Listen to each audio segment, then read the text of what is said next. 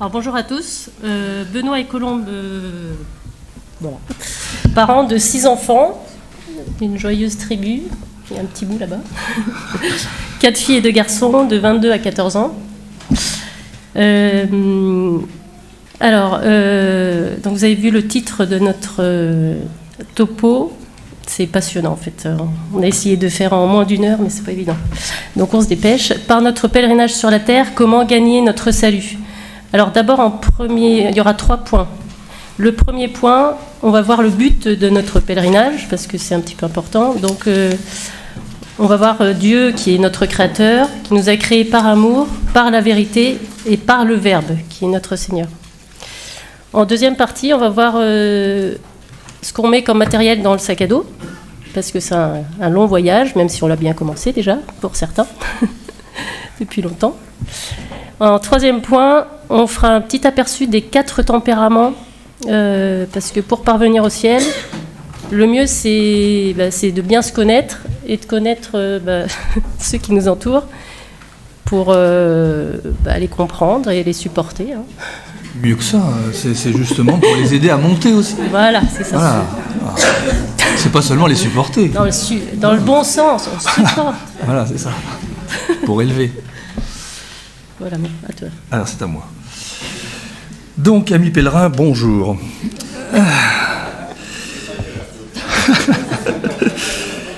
Partons pour un pèlerinage qui est bien mieux que celui de Chartres, c'est pour dire, puisqu'il s'agit du ciel. Alors, accrochez-vous. Non. Accrochez vos ceinturons, pardon, ça c'est sûr à chaque fois. Un pèlerin, vous en avez l'expérience, c'est un marcheur de longue haleine, un voyageur aux pieds poudreux. Et tout voyageur, lorsqu'il part en voyage, et avant même de préparer ses bagages, il considère la destination, le but. Si on prend le train, on aura en tête, et sur notre billet, la gare de destination. Idem pour un voyage en voiture ou en avion. Tout voyage a un but, sinon ce serait absurde. Eh bien, un chrétien est un pèlerin qui met le nord de sa boussole vers le ciel, sa patrie. Le but ultime de son voyage. Comme dirait Martineau, que nous écoutons en boucle à la maison, le chrétien est ce pèlerin au regard tout baigné de ciel et des chansons plein le chapeau.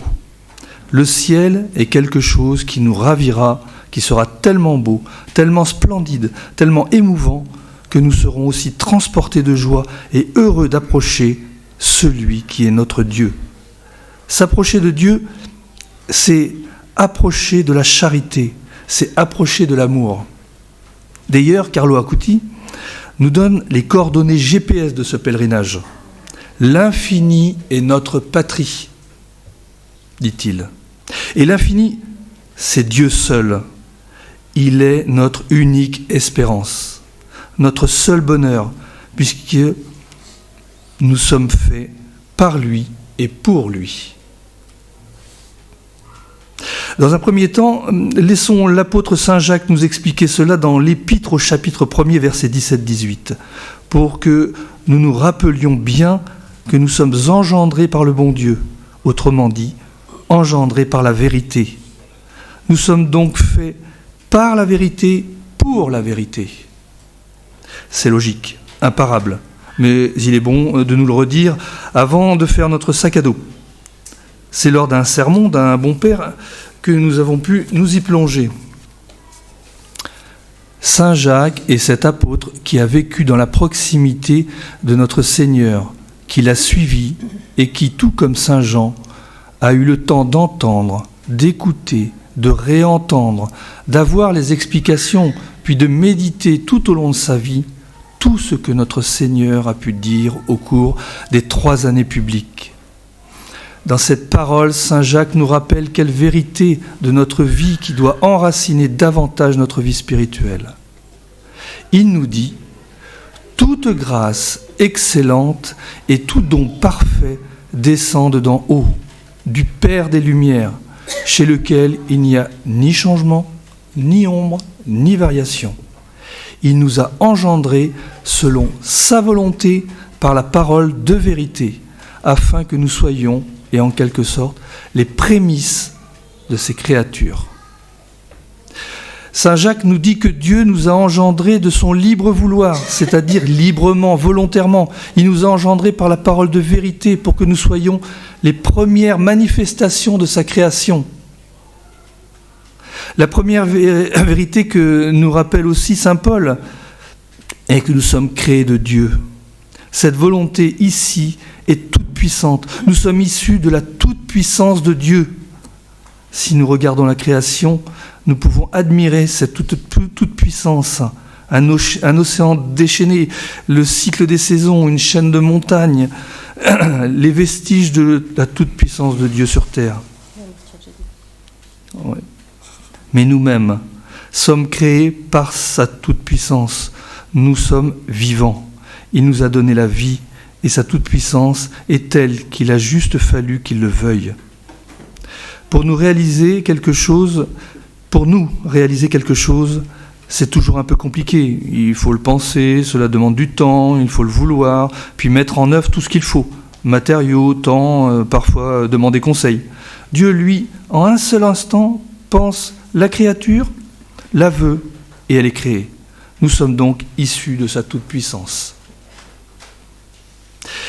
Et plus de cette toute-puissance, nous sommes issus de l'amour de Dieu, car quand Dieu veut, il aime. L'acte par lequel Dieu veut, c'est aussi l'acte par lequel Dieu aime. En Dieu, comme en nous, normalement, vouloir, c'est aimer.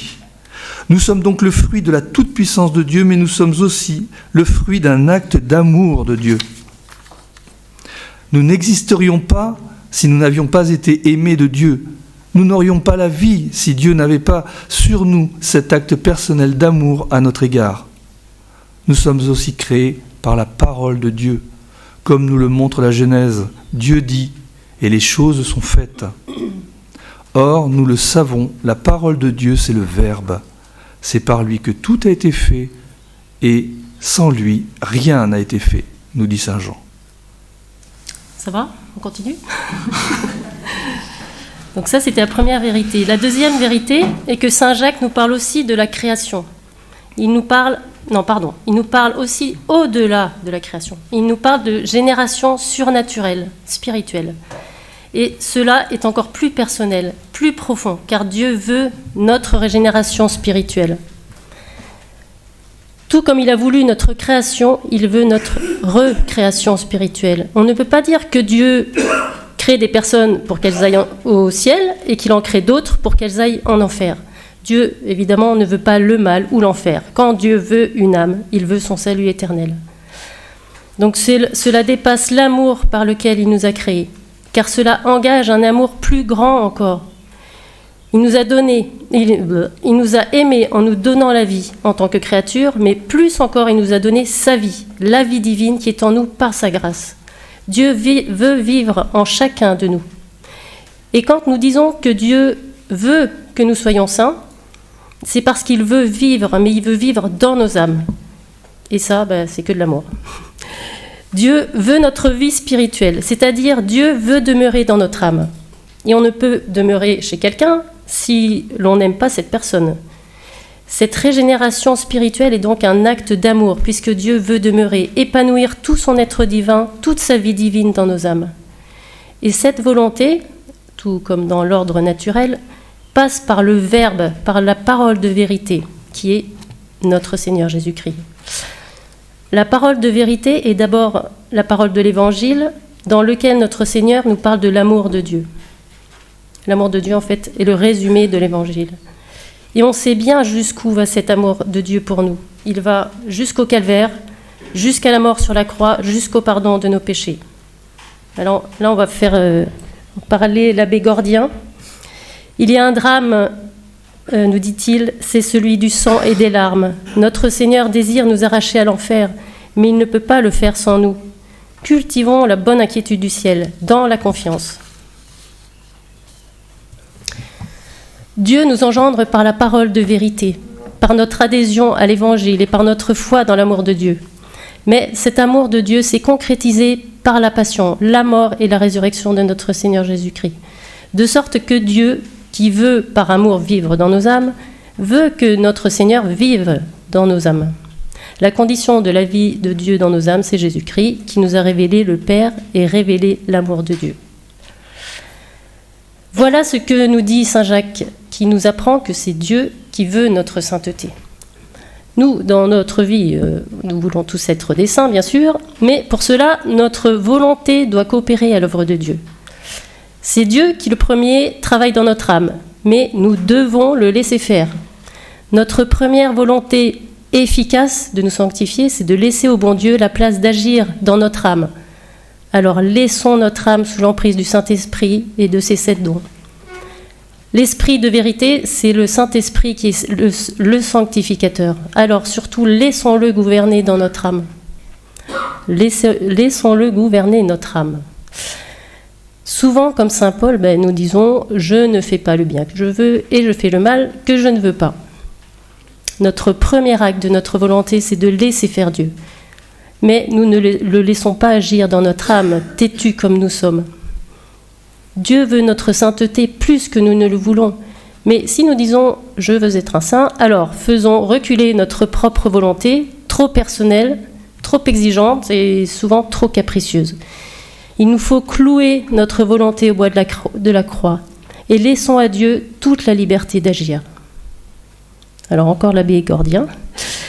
Laissons-le conduire notre vie et alors nous sommes sûrs de parvenir au ciel parce que Dieu est compétent.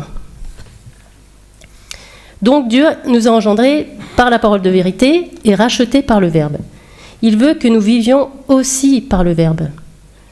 C'est notre part. Notre vie chrétienne est une exigence de vérité. Elle nous engage à une vie de vérité. Mais qu'est-ce que la vérité ? C'est un face-à-face entre un sujet et un objet.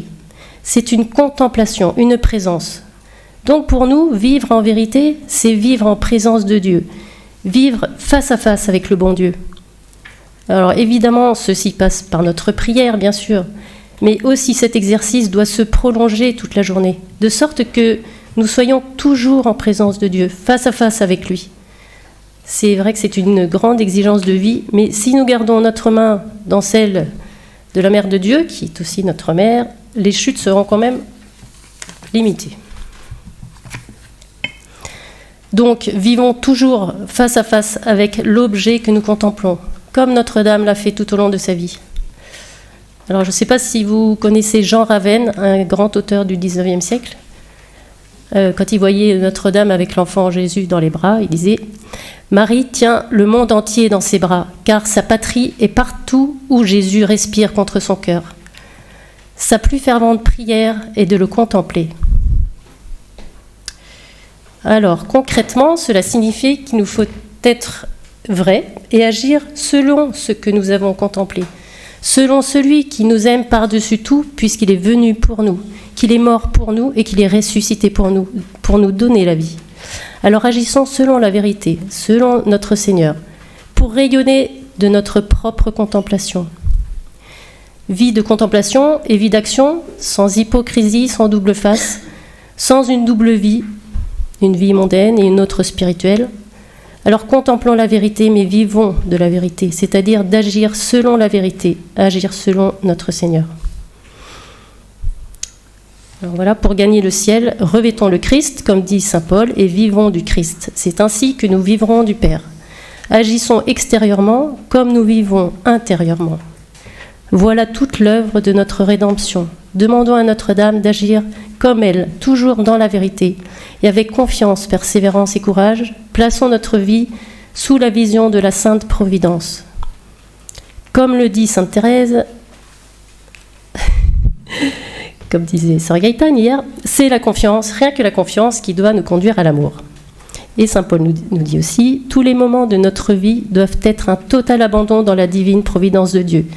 Il est Dieu, il sait tout et connaît tout. C'est lui qui dispose toutes les choses d'une manière merveilleuse. Il fait tout afin que toute chose contribue au bien de ceux qu'il aime. Ça sera un petit peu plus concret. Vas-y. Le matériel du pèlerin, et oui, nous sommes en pèlerinage. Que mettons-nous dans nos sacs à dos ? Maintenant que nous avons l'objectif de notre pèlerinage, voyons avec notre ange gardien, afin de ne rien oublier, de ce que nous devons emporter. Tout d'abord, le bâton de marche, qui est Notre-Dame. Quel petit enfant pourrait partir seul pour un si long voyage? La première chose à prévoir, c'est le chapelet quotidien, indispensable. En famille, nous l'avons toujours tenu, même avec les enfants petits. Livres de vie de saint à leur disposition pendant le chapelet. Même quand cela pouvait être plus agité ou tendu, parfois avec des ados boudeurs. Ça, je pense que vous en avez vu un certain nombre en l'expérience. Voilà, Notre-Dame a dû sourire bien des fois.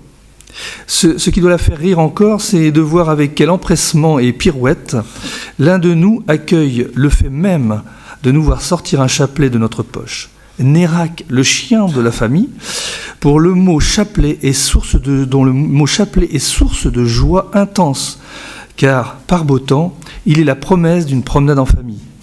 Le chat, lui aussi, est de la partie. Saint François doit être heureux. C'est du vécu.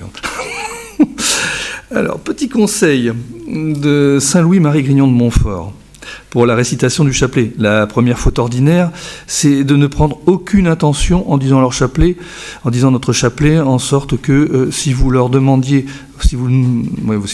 pourquoi ils disent leur chapelet, ils ne sauraient vous répondre. C'est pourquoi ayez toujours en vue, en récitant votre rosaire, quelques grâces à demander, quelques vertus à imiter ou quelques péchés à détruire. Ensuite, il nous faut, comme pour MacGyver, l'indispensable couteau suisse. C'est le prêtre. Il nous dispense les sacrements, on s'est osé, ça c'est vrai que c'est assez osé. Il nous dispense les sacrements, nous accompagne depuis le baptême jusqu'aux portes du ciel. C'est l'ami incontournable. Bien sûr, à la maison, nous considérons les 3 différentes voies dans lesquelles Dieu nous veut saints, le mariage, la vocation religieuse ou le célibat.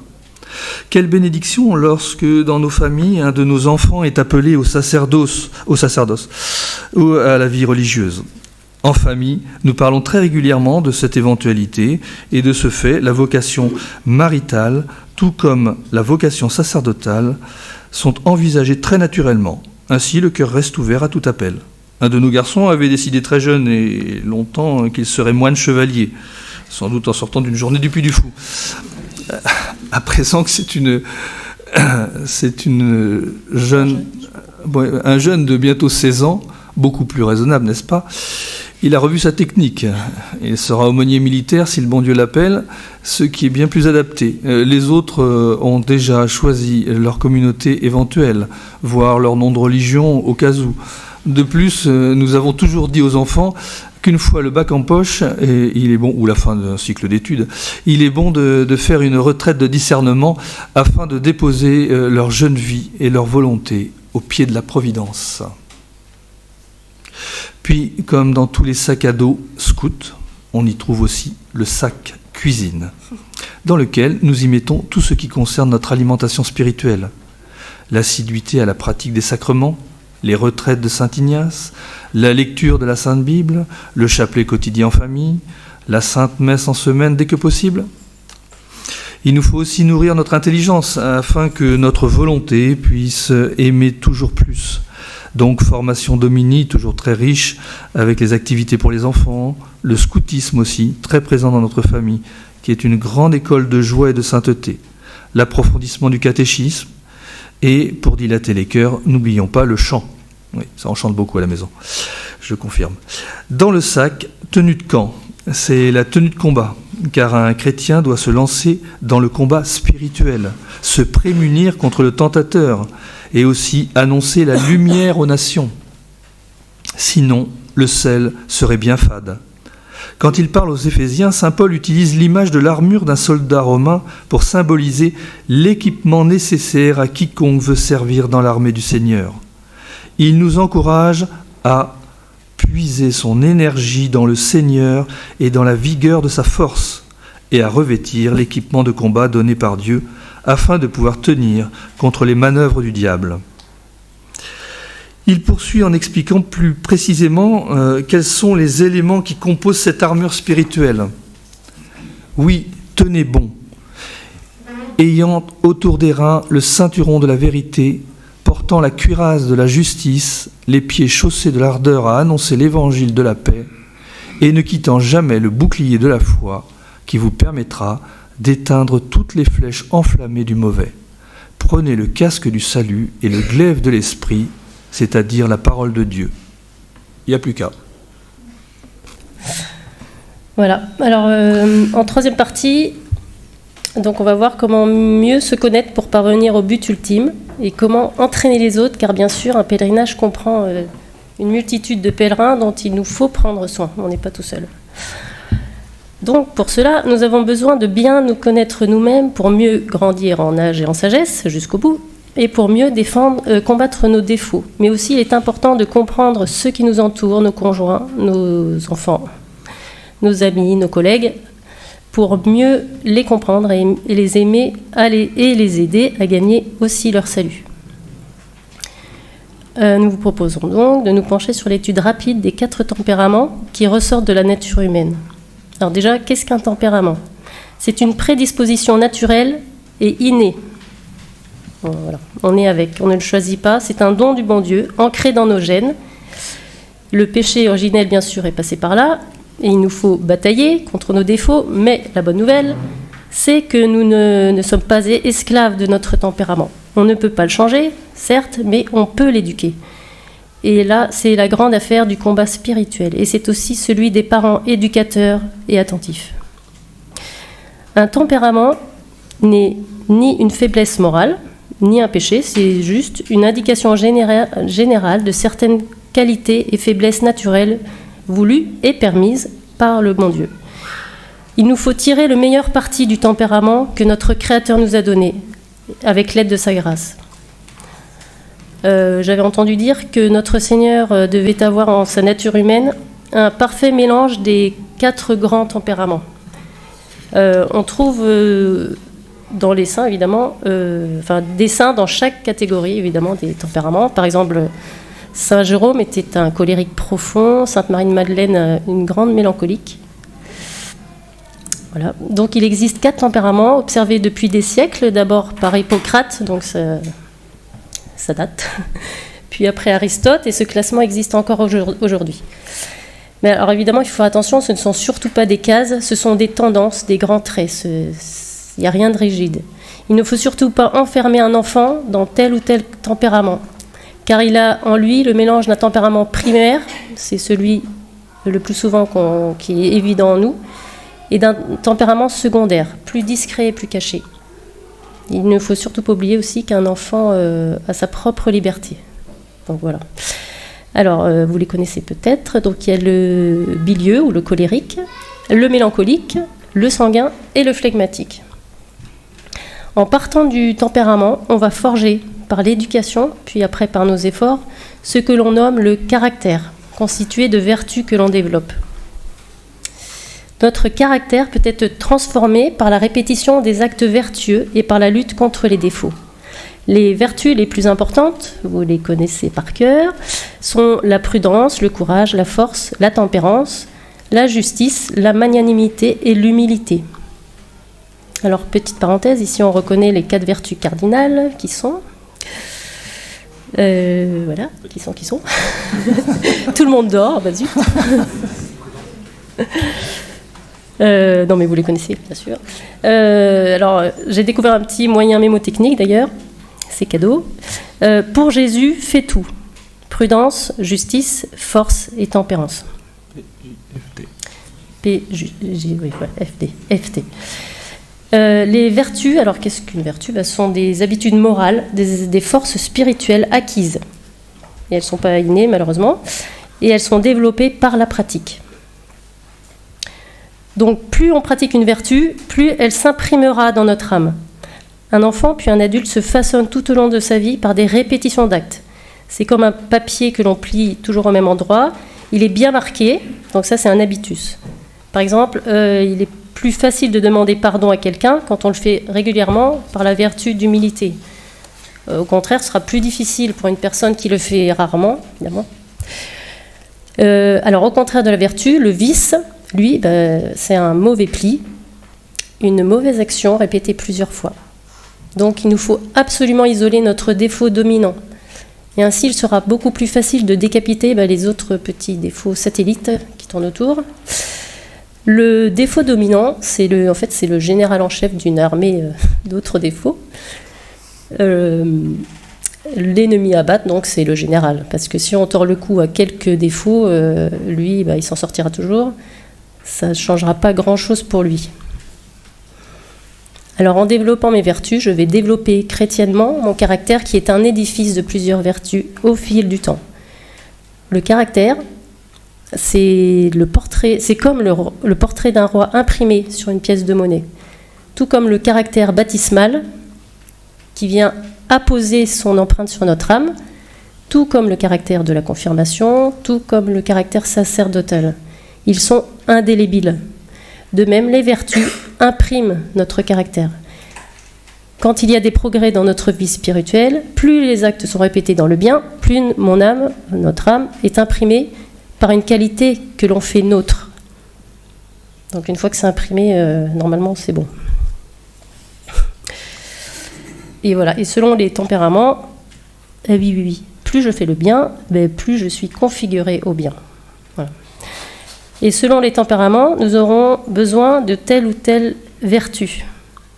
Alors j'y ai pensé ce matin, en tant que parent de 6 enfants, on a pu observer différents tempéraments à la maison. Mais ce qui est amusant, c'est de voir le comportement des enfants à la messe quand ils sont petits. Par exemple, l'enfant bilieux, j'ai une petite image. L'enfant bilieux, il va vérifier frénétiquement dans le sac de maman si elle n'a rien oublié. L'enfant sanguin, il va dépioter consciencieusement la paille de sa chaise parce qu'il a besoin d'activités saines et distractives. L'enfant mélancolique, il aura marqué son missel à toutes les bonnes pages. Et l'enfant flegmatique, il va faire attention à ce que les 3 autres tempéraments se chipotent pas trop. Voilà. Et c'est drôle à la messe. Le mieux, c'est de mettre les garçons dans le cœur, comme ça. Normalement, on n'a plus que les filles à gérer. Ah, c'est pas tout. Quel esprit pratique, ma chérie. Alors, donc on commence. Donc, le colérique, ce qu'on appelle aussi le milieu, lui, il a une réaction momentanée. Oui, parce qu'en fait, on va commencer par les 2 tempéraments qui démarrent au quart de tour. Et puis, on parle des enfants surtout, parce que c'est vrai que c'est éducateur, mais à travers les enfants et les jeunes, on se reconnaît de toute façon. Donc d'abord, voilà, le colérique, il a une réaction momentanée, il est énergique et stable. Et sa caractéristique, il est orienté vers l'action. Alors pour chacun des 4 tempéraments, je vais développer les points forts, les points faibles, des conseils, une vertu à acquérir et quelques exemples de saints. Alors, c'est les points forts du colérique, on va l'appeler colérique parce que sinon... Alors, il est dynamique. Il n'est heureux, lui, que dans l'action. Le farniente, c'est surtout pas pour lui. Il a une grande force de décision. Il a souvent l'initiative. Dans les cours de récré, on les repère vite. Il pousse les autres, en fait, là où il veut qu'ils aillent. Non, c'est pas ça. Il pousse les autres là où il veut qu'ils aillent. Chef militaire ou du manager, voilà, toujours droit devant. Ses points faibles, il est orgueilleux. Alors, il peut être orgueilleux, hein, c'est des grands traits. Hein. Il a une tendance à la colère. Parfois, il prend des décisions hâtives. La confrontation ne lui fait pas peur. Il a des difficultés à reconnaître ses erreurs. Il a du mal à prendre soin des autres. Il est un peu dictateur. Il a du mal... Ça va ? Oui. Il a du mal à respecter les sentiments des autres. Alors, quelques petits conseils. Par l'acquisition des vertus, il va apprendre à tirer les autres vers le sommet, car il se sera tourné vers eux en saisissant leurs capacités. Il va les prendre par la main et non les pousser comme un bourrin. Il va apprendre à les aimer. Alors, vertu à acquérir, c'est l'humilité pour être bienveillant avec les autres et les faire progresser pour leur bien et non pour son propre intérêt.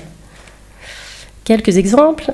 Alors, notre bon Saint Paul, Saul qui est devenu Saint Paul, il évolue au fil de sa vie en écoutant Dieu. Ma grâce te suffit, ma force se développe dans ta faiblesse. L'écharde qui est permise par le bon Dieu humilie Saint Paul pour lui apprendre à s'en remettre à lui. Nous avons Saint François de Sales, grand colérique comme Saint Jérôme, qui disait « Rien par force, tout par amour ». Il disait aussi « La colère, c'est une boursouflure du cœur.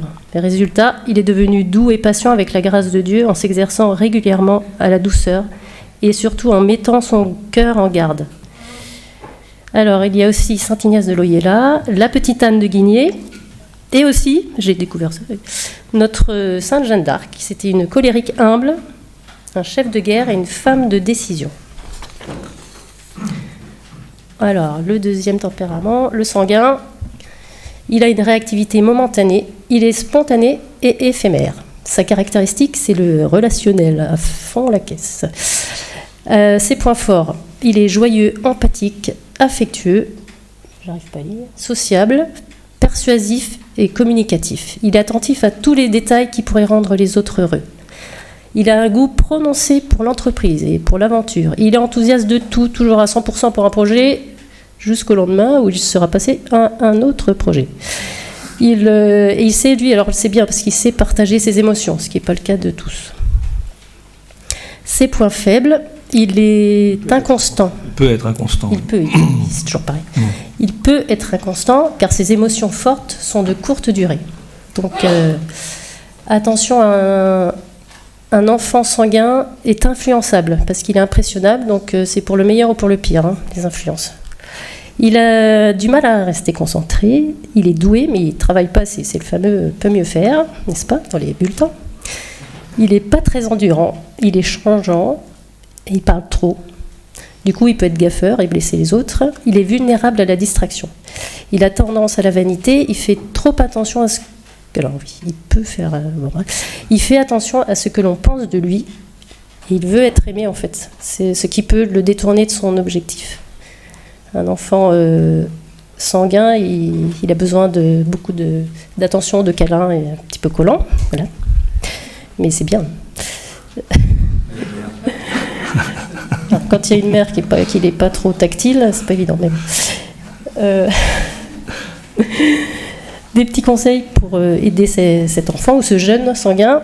Il faut l'aider à finaliser ses projets. Parce qu'il est généreux, mais alors qu'est-ce qu'il papillonne ?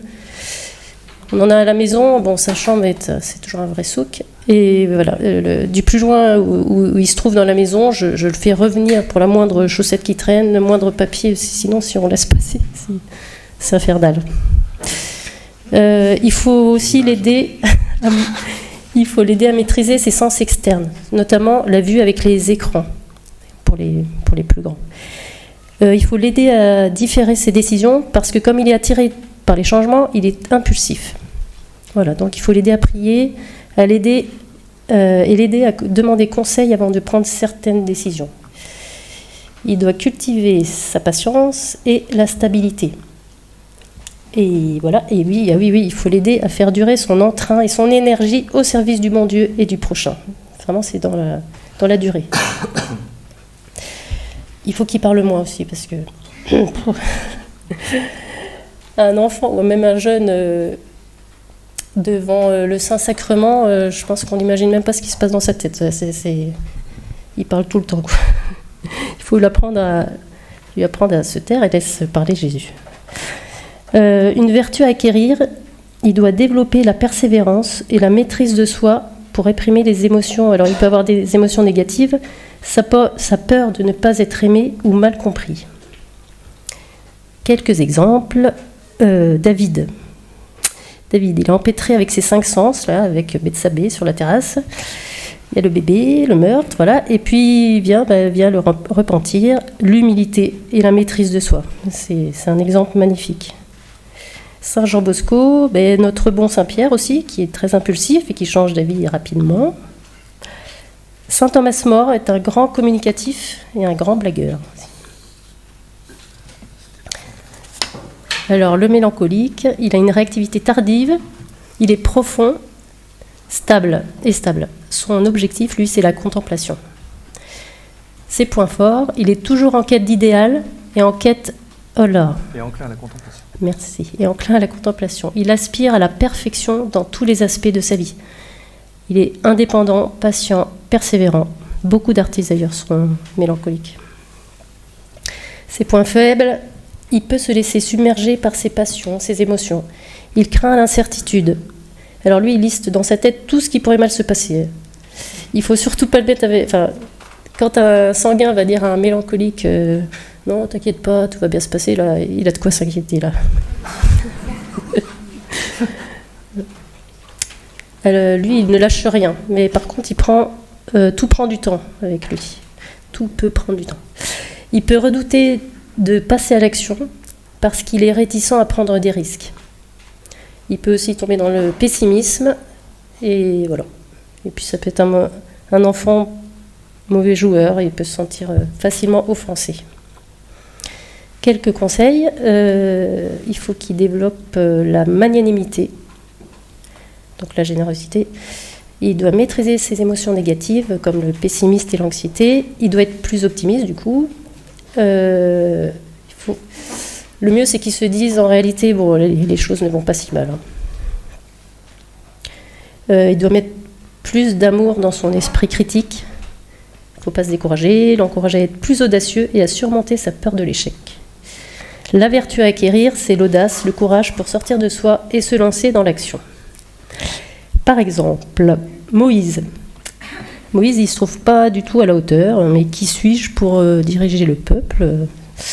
Il se trouve trop simple, il ne sait pas parler à une foule, mais bon, par une lutte acharnée, et avec Dieu qui le pousse, il finit tout simplement par libérer le peuple hébreu et le conduire jusqu'à la terre promise. Nous avons Sainte Marie-Madeleine et Mère Teresa de Calcutta, qui toutes les deux étaient des mélancoliques généreuses, très généreuses. Et le dernier, le flegmatique, il a une réactivité tardive aussi. Il est mesuré et éphémère. Et son objectif, c'est la paix. La paix à tout prix, oui. La paix à tout prix. Ses points forts, alors, son approche de la réalité est complètement dépassionnée, scientifique. Il a de la chance. Il est celui qui écoute et il est très empathique, comme le mélancolique. Il est raisonnable, grand calme. C'est très difficile de lui faire perdre son sang-froid. Il est très doué pour les relations entre les trois autres tempéraments. C'est un conciliateur et il atténue tous les défauts des autres. Donc c'est une grande force. Dans un groupe, c'est vraiment c'est un élément de cohésion. Il a un sens profond du devoir et de la coopération. Il est persévérant. Il a une volonté très forte. J'avais entendu un dominicain de Marseille dire qu'il faisait une comparaison avec le bilieux, enfin le colérique. Le colérique, en fait, c'est une frégate. La frégate, ça file, c'est chic, ça va droit. Et le flegmatique, c'est le porte-container. Donc il a du mal à démarrer, mais quand il démarre, là, on a du mal à l'arrêter. Donc c'est un grand têtu aussi. Donc si on ne lui démontre pas par A plus B qu'il a tort, il va aller droit dans le mur. Je ne sais plus où j'en suis. Cécile est persévérant, volonté très forte, très loyale, ne supporte pas le mensonge et l'hypocrisie. Il ne supporte pas le mensonge et l'hypocrisie. Il est solitaire. Un enfant flegmatique, il faut mieux qu'il soit en petit comité pour parler, sinon il se ferme. Il n'aime pas l'aventure et l'imprévu, il aime la routine. Je crois qu'il y a pas mal de moines flegmatiques dans les abbayes. Il ne doit pas y avoir beaucoup de sanguins, je pense. Alors c'est un enfant qui ne voudra jamais être chef dans les jeux, c'est trop de soucis. Et puis pour un jeune, voilà, c'est... Non, maman, je ne serai pas chef de rayon, c'est trop de problèmes. Donc même avec un bac plus 5, non, pour lui, c'est trop. Il sait s'accommoder à une ambiance tendue et il sait détendre l'ambiance d'une bonne plaisanterie. Alors, ses points faibles, il est casanier. Il a une apparence de je m'en foutisme, mais alors que c'est pas vrai du tout. En fait, il le fait pas exprès. C'est juste qu'il travaille lentement et voilà, ça peut donner cette impression. Un enfant flegmatique s'ennuiera vite. Il peut manquer d'ambition, peut être indécis, ne sait pas dire non. Il évite les conflits à tout prix. C'est normal parce que comme il est conciliant... Par contre, voilà, comme je disais, il est têtu comme un bœuf. Il est très rancunier et il peut s'apitoyer sur son sort. Voilà, des petits conseils pour les enfants flegmatiques, bougez-vous et prenez l'air. Participez avec enthousiasme, participez à l'enthousiasme des autres. Il faut qu'ils se laissent bousculer, qu'ils expriment leurs émotions pour qu'on les aide. Puis c'est pas la peine de crier sur un enfant flegmatique parce que de toute façon, il va se fermer. Donc, avec l'expérience, il faut l'amadouer, lui parler fermement. Le mieux serait qu'il se lance un peu dans l'action. Pour un enfant flegmatique, les travaux manuels, c'est bien pour la persévérance.